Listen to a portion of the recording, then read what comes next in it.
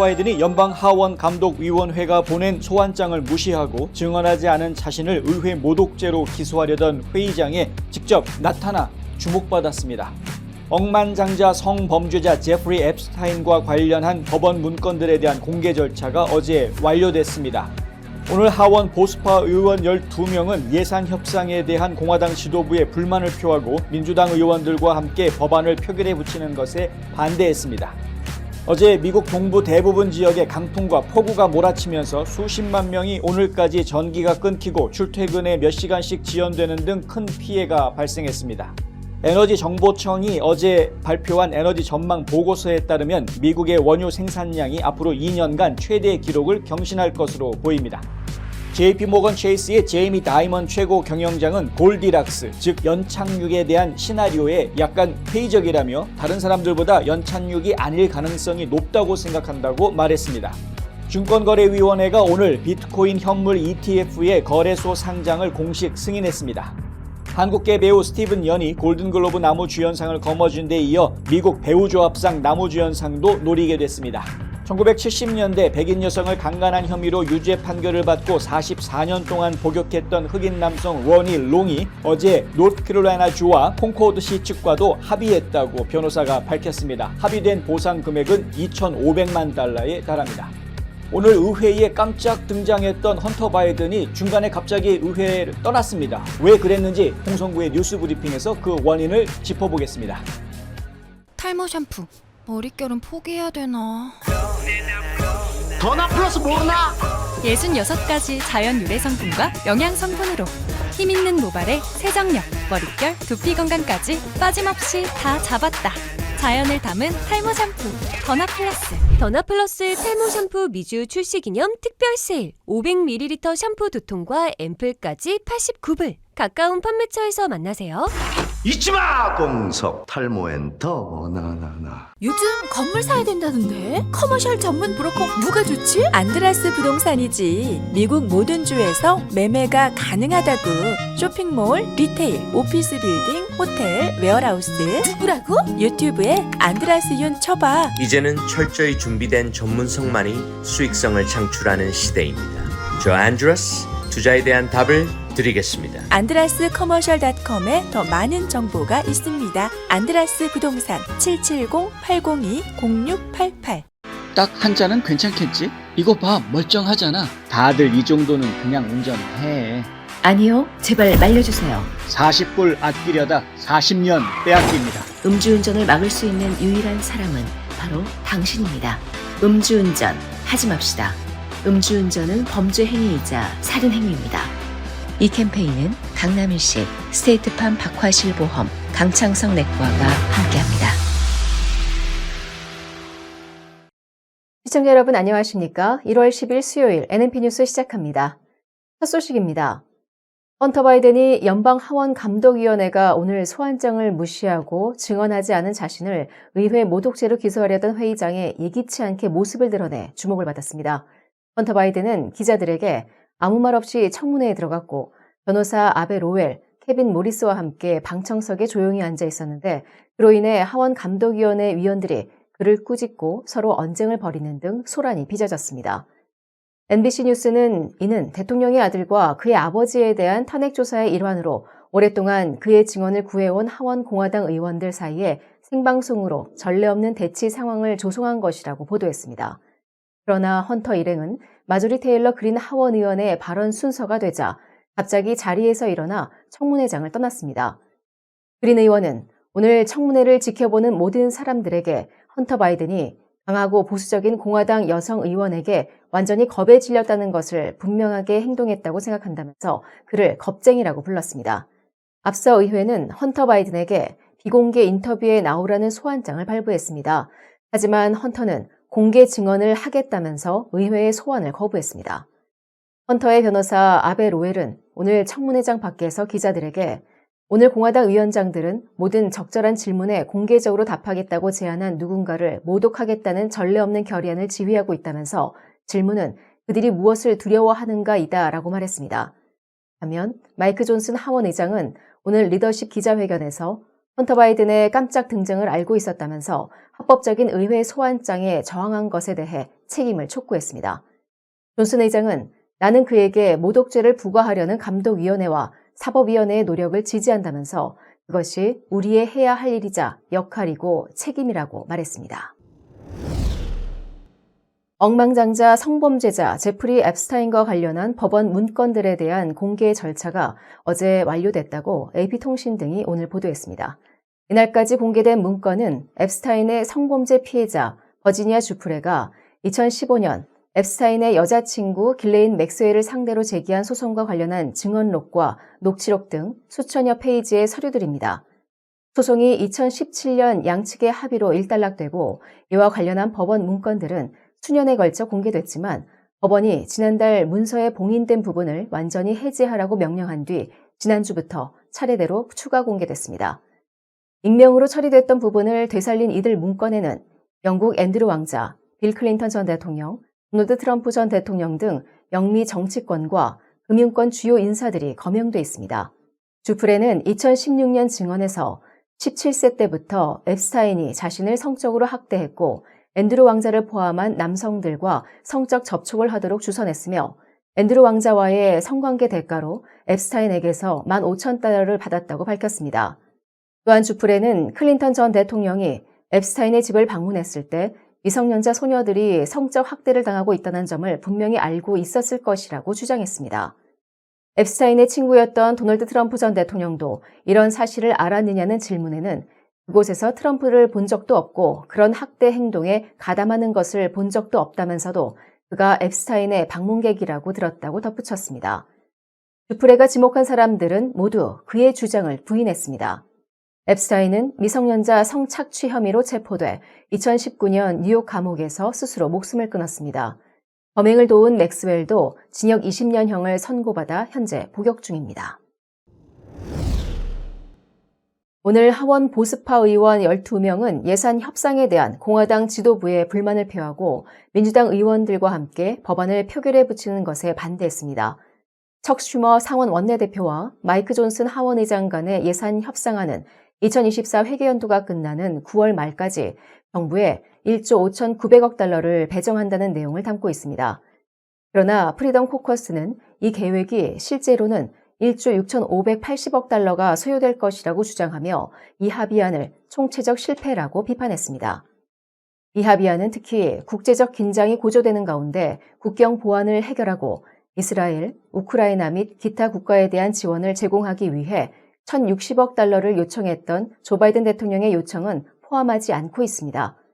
앤디 빅스 하원 의원은 저스트 더 뉴스와의 인터뷰에서 그들은 1년에 이면 거래를 했는데 우리는 그것이 무엇인지조차 듣지 못했고 우리는 그것이 수백, 수천억 달러에 달한다고 믿게 됐다면서 그러나 우리가 그 밑바닥에 들어가면 실제 지출 수준은 그들이 보도자료에서 말한 것보다 약 1,000억 달러 더 많다고 말했습니다. 화요일 미국 동부 대부분 지역에 강풍과 폭우가 몰아치면서 수십만 명이 오늘까지 전기가 끊기고 출퇴근이 몇 시간씩 지연되는 등 큰 피해가 발생했습니다. powouttage.com에 따르면 수요일 오전 뉴욕주에서는 14만 명 이상의 고객에게 또 펜실베니아주에서는 10만 명 이상의 고객에게 전기가 공급되지 않았습니다. 동부 해안의 다른 지역에서도 전기가 공급되지 않았습니다. AP통신은 최대 시속 55마일에 달하는 강력한 돌풍으로 도로가 유실되고 나무와 전선이 쓰러졌다고 보도했습니다. 토네이도가 포트 로더데일 인근에 상륙한 후 비상사태가 선포된 플로리다에서는 수요일 오전 현재 13,000명 이상의 주민들에게 전기가 공급되지 않았습니다. 메릴랜드, 노스캐롤라이나, 뉴저지, 캔사스 주지사도 눈보라가 중서부 대부분을 휩쓸고 비바람이 동부 해안을 강타하면서 위험한 기상 조건이 주를 위협하고 있다고 경고하며 비상사태를 선포했습니다. 뉴저지의 일부 지역에서는 최대 3인치의 비가 내렸습니다. 뉴욕시에서는 관리들이 폭풍을 앞두고 텐트촌에 수용된 약 2,000명의 이주민을 대피시켰습니다. 메인주는 일부 지역에서 눈으로 시작된 폭풍이 비로 바뀌면서 수요일 정오까지 모든 주청사 개관을 연기했다고 AP는 보도했습니다. 또 부통령실에 따르면 해리스 부통령의 항공기는 악천후로 인해 앤드루스 합동기지에서 워싱턴 지역의 덜레스 국제공항으로 우회했습니다. 기상청은 북부 평야와 서부의 많은 지역이 앞으로 며칠 동안 훨씬 더 추운 기온에 대비해야 한다고 말했습니다. AP는 이번 폭풍으로 최소 5명의 사망자가 발생했다고 보도했으며 알라바마와 노스캐롤라이나에서도 토네이도로 인해 각각 1명이 사망했습니다. 또 애틀란타 외곽의 한 남성은 나무가 차 위로 쓰러져 사망했습니다. 가족, 미래, 행복, 꿈, 건강, 아름다운 삶, 슬기로운 보험 생활로 가능한 것들입니다. 박화실보험을 만나보세요. 자동차 보험, 집보험, 비즈니스 보험, 워커스컴, 생명보험, 의료보험은 물론이고 주택융자, 재융자, 자동차융자, 개인융자 등 은행 업무에 IRA, 401k, 애뉴이티 등 은퇴 및 재정 설계까지 모두 한 곳에서 도와드립니다. 100년을 한결같이 좋은 이웃으로. 보험의 중심에는 박화실보험이 있습니다. 마리화나를 사용한 12학년 학생의 약 63%가 베이핑을 통해 섭취했다는 통계가 나왔습니다. 지난달 12세에서 17세 청소년 약 60만 명 마리화나 이외의 불법 약물을 사용했습니다. 점점 더 많은 학생들이 대마초를 사용하고 있습니다. 당신의 자녀는 안전합니까? 마약. 시작하는 그 순간 중독도 시작됩니다. 내 건강과 인생은 물론 가족과 지인들까지도 위험하게 만듭니다. 이 캠페인은 강남일식, 스테이트팜 박화실보험, 강창성 내과가 함께합니다. 미국의 원유 생산량이 앞으로 2년간 최대 기록을 경신할 것이라고 에너지정보청이 어제 전망했습니다. 로이터 통신에 따르면 에너지정보청은 이날 에너지 전망 보고서에서 올해 미국의 일평균 원유 생산량이 29만 배럴 증가해 1,321만 배럴을 기록할 것이라고 밝혔습니다. 이에 비해 오펙 플러스 회원국 생산량은 내년에 하루 62만 배럴 감소한 3,644만 배럴을 기록할 것으로 전망했습니다. 이는 코로나19 팬데믹 이전의 5년 평균인 하루 4,020만 배럴보다 줄어든 것입니다. 오펙 회원국 석유 생산량은 지난해 12월에 증가했습니다.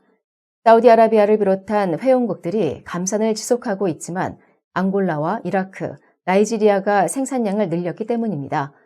미국의 원유 생산량은 유정의 효율성이 개선되면서 2024년과 2025년에 최고치를 연이어 경신할 것으로 예상되지만 시추 활동이 줄어 증가세는 둔화할 전망입니다.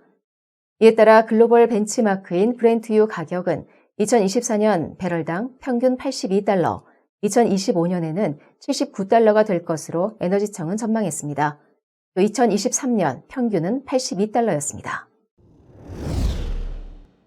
미국 최대 은행인 JP모건 체이스의 제이미 다이먼 최고 경영자는 골디락스 경제 시나리오, 즉 연착륙에 대해 회의적이라고 경고했습니다.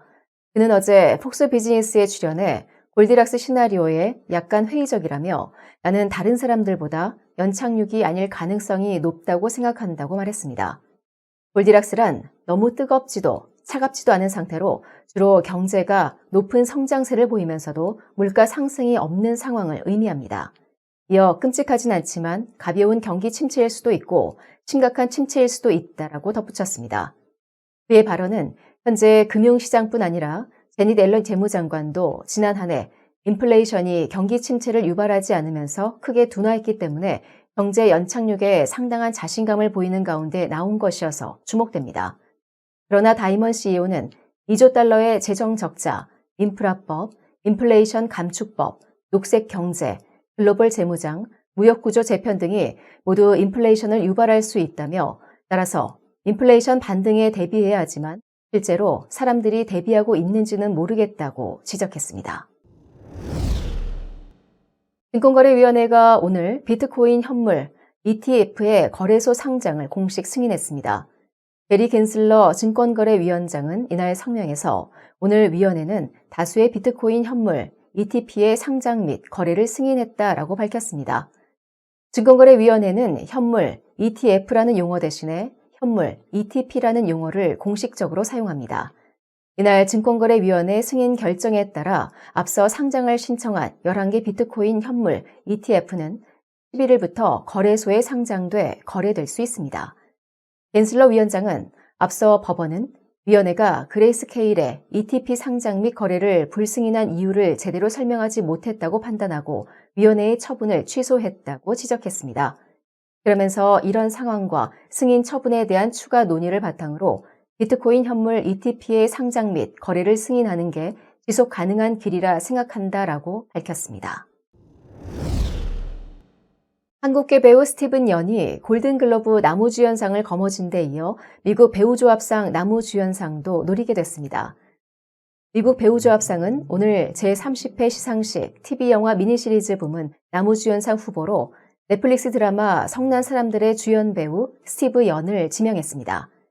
비프라는 제목의 이 드라마에서 스티븐 연의 상대 역을 연기한 엘리 웡은 같은 부문 여우주연상 후보에 올랐습니다. 또 이 드라마는 TV 시리즈 부문 스턴트 앙상블상 후보에도 지명되면서 총 3개 부문에서 상을 노리게 됐습니다.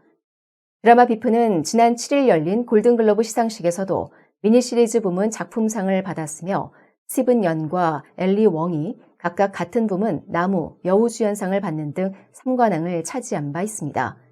제30회 배우조합상 시상식은 동부 시간으로 오는 2월 24일 오후 8시 로스앤젤레스 슈라인 오디토리엄 앤 엑스포홀에서 열리며 넷플릭스를 통해 전 세계로 생중계됩니다. 1970년대 백인 여성을 강간한 혐의로 유죄 판결을 받고 44년 동안 복역한 흑인 남성 로니 롱이 어제 노스캐롤라이나주와 랄리시 측과도 합의했다고 그의 변호사가 밝혔습니다. 합의된 보상 금액은 총 2,500만 달러에 이릅니다. 현재 68세인 롱은 1976년 4월 25일 저녁 당시 54세였던 사라 저드슨 보스트의 집에 침입해 칼을 들이대고 강간한 혐의로 종신형을 선고받았습니다. 당시 롱의 나이는 21세였습니다. 롱은 계속해서 무죄를 주장했는데 2020년 8월 연방항소법원이 롱의 구제를 위해 새로운 심리를 명령했고 그 즉시 유죄 판결이 취소되면서 감옥에서 풀려났습니다. 같은 해 로이 쿠퍼 주지사는 롱을 무죄로 사면했습니다. 롱의 변호를 맡은 듀크 대학교 로스쿨의 부당 유죄 판결 클리닉 소속 변호사는 롱을 강간 및 절도 혐의와 연결짓는 물리적 증거가 없으며 현장에서 채취한 40개 이상의 지문이 롱의 지문과 일치하지 않았고 정액 샘플도 피고 측에 공개되지 않았다고 말했습니다. 당시 배심원단에서는 흑인 예비 배심원들이 모두 제거된 것으로 알려졌습니다. 몇 달 후 주위원회는 롱에게 법에 따라 부당 수감 피해자에 대한 주 최고 보상금인 75만 달러를 지급했습니다. 그 후 롱은 연방법원에 소송을 제기했고 그 소송의 결과로 재판이 벌어졌던 콩코드시가 합의금으로 2,200만 달러를 지불하기로 합의했습니다. 또한 합의의 일환으로 노스캐롤라이나주 수사국이 무죄를 입증할 증거를 숨기는 데 모종의 역할을 한 것에 대한 보상으로 300만 달러를 받게 됐습니다.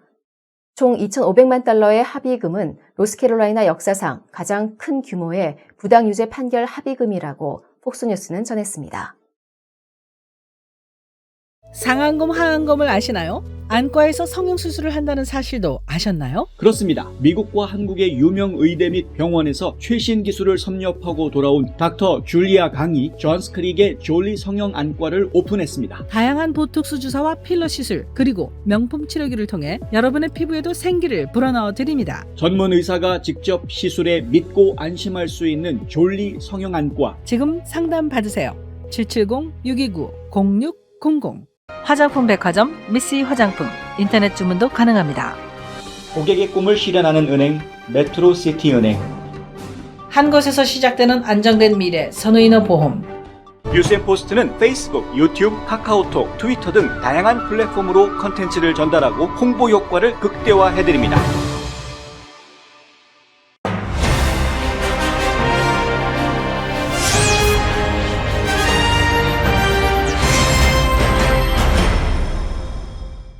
앞서 보도해드린 대로 헌터 바이든이 오늘 의회에 갑자기 나타났습니다. 일체 예고도 없었고요. 청문회장으로 들어가는 과정에서 기자들의 질문도 있었고 만남도 있었는데 일체 아무 말 없이 그냥 청문회장으로 들어갔습니다. 변호사 2명을 대동하고 마치 의도적으로 들어온 것처럼 보입니다. 당연히 의도가 있었겠죠. 그런데 이 청문회장에 들어와 있다가 끝까지 있지도 않고 그냥 중간에 나가버렸습니다. 오늘 사실 어떤 청문회가 있었느냐 하면은요. 감독위원회하고 법사위원회에서 사실 청문회라기보다는 회의를 진행하기로 한 겁니다.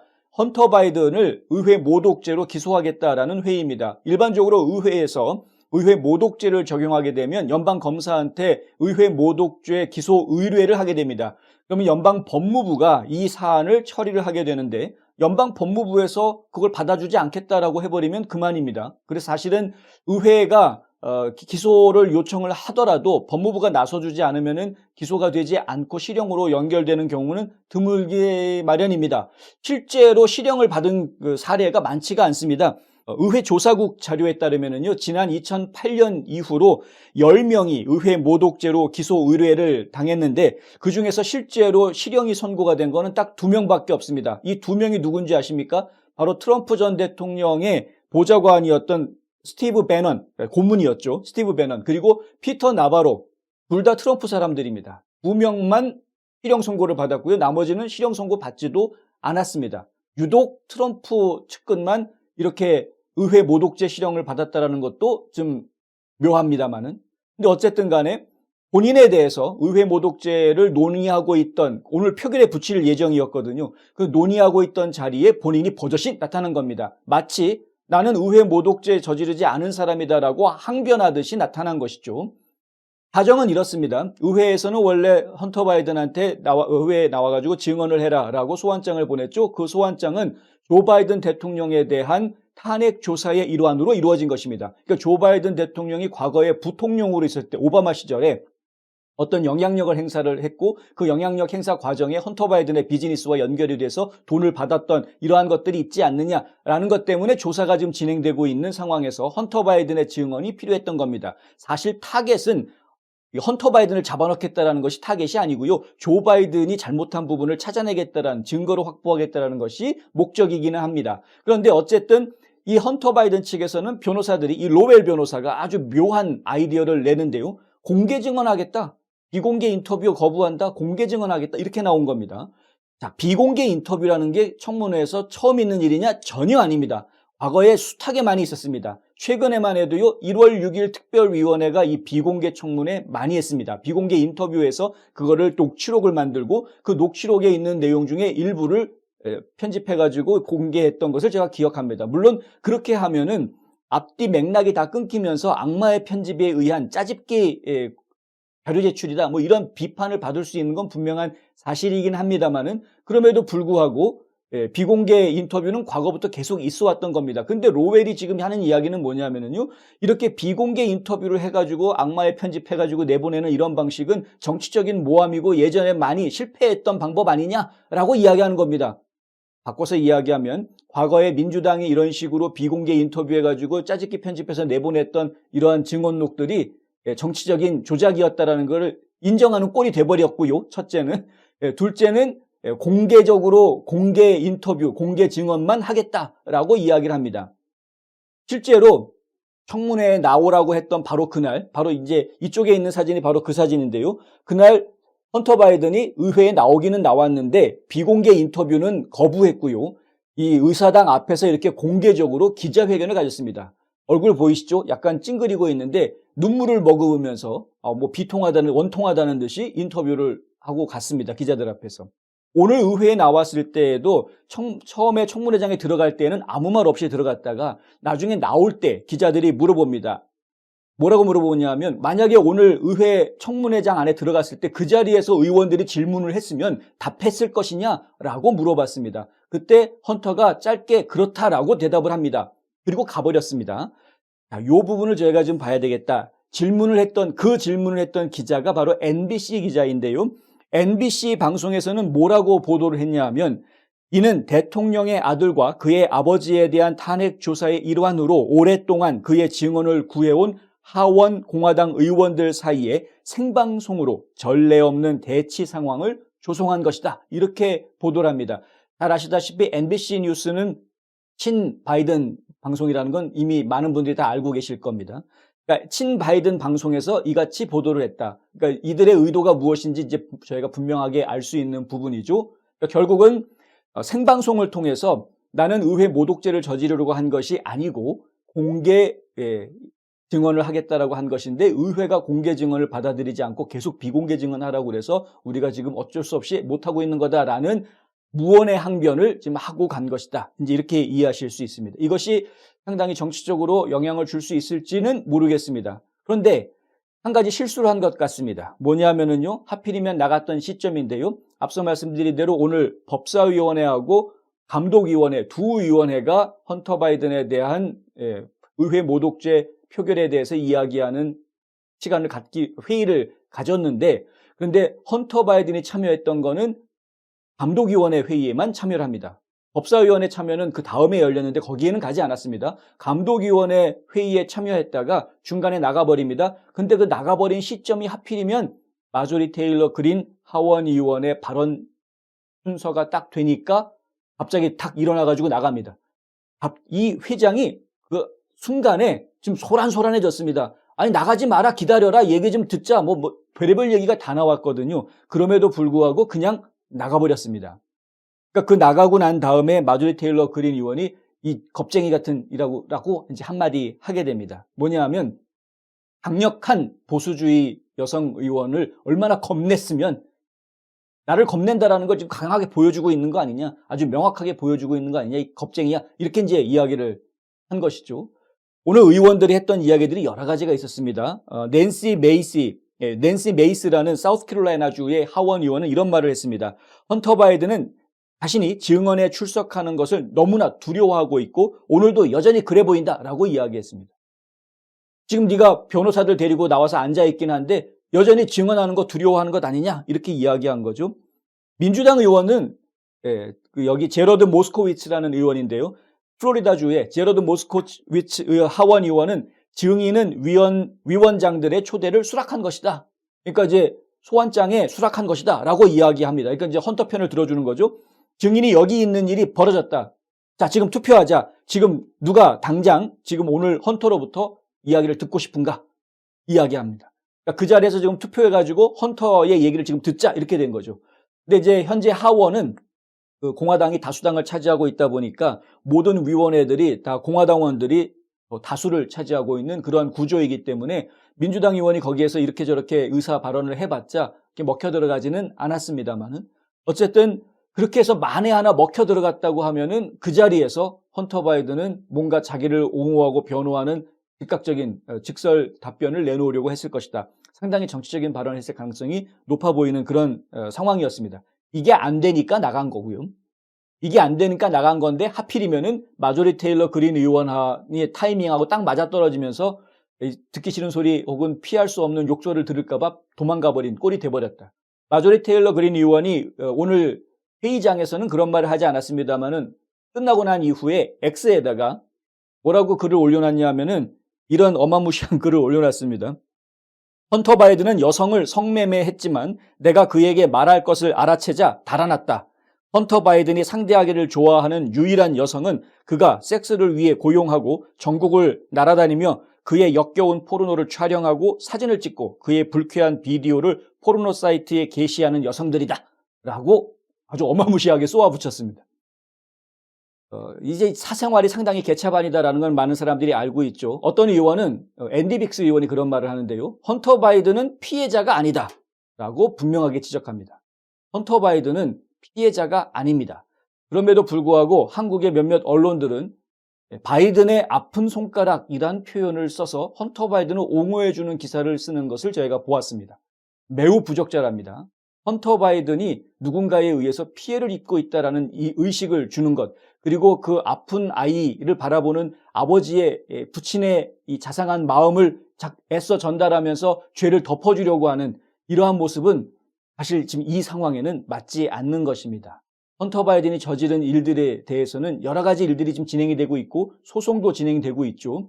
형사소송이 지금 제기가 되고 있고 추가 소송도 이야기가 되고 있는 상황입니다. 따라서 헌터 바이든의 죗값을 치르는 모습을 국민들은 보게 될 것이고 보기를 지금 원하는 국민들이 상당히 많은 상황입니다. 적어도 헌터 바이든의 죄가 조 바이든의 정치 행보에 영향을 주지 않으려면 본인이 떳떳하게 죗값을 받는 모습을 보여주어야 할 것입니다.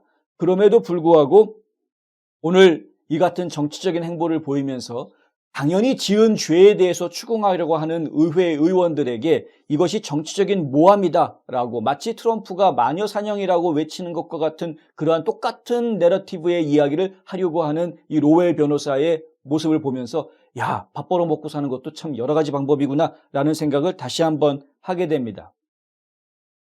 다시 한번 말씀드립니다. 의회 모독죄가 지난 2008년부터 10명이나 적용이 되고 기소 의뢰가 있었지만은 실제로 의회 모독죄가 적용돼서 실형을 선고받은 것은 스티브 배넌 그리고 피터 나바로 2명 트럼프의 측근들밖에 없었습니다. 과연 지금 사법부가 정상적인지 행정부가 정상적인지 법 집행기관들이 정상적인지 생각을 안 해볼 수가 없는 상황입니다. 의회가 지금 헌터 바이든을 기소하려고 하는 과정에서 연방 법무부가 어떠한 행동을 보일지 귀추가 주목됩니다. 지금까지 홍성구 기자였습니다. 경제정보입니다.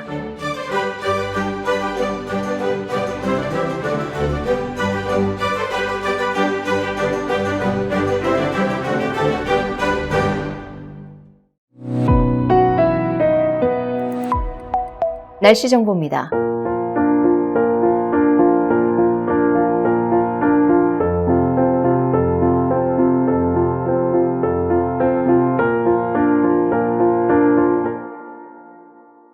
이상으로 1월 10일 수요일 NNP 뉴스를 모두 마칩니다. 시청해주신 여러분 고맙습니다.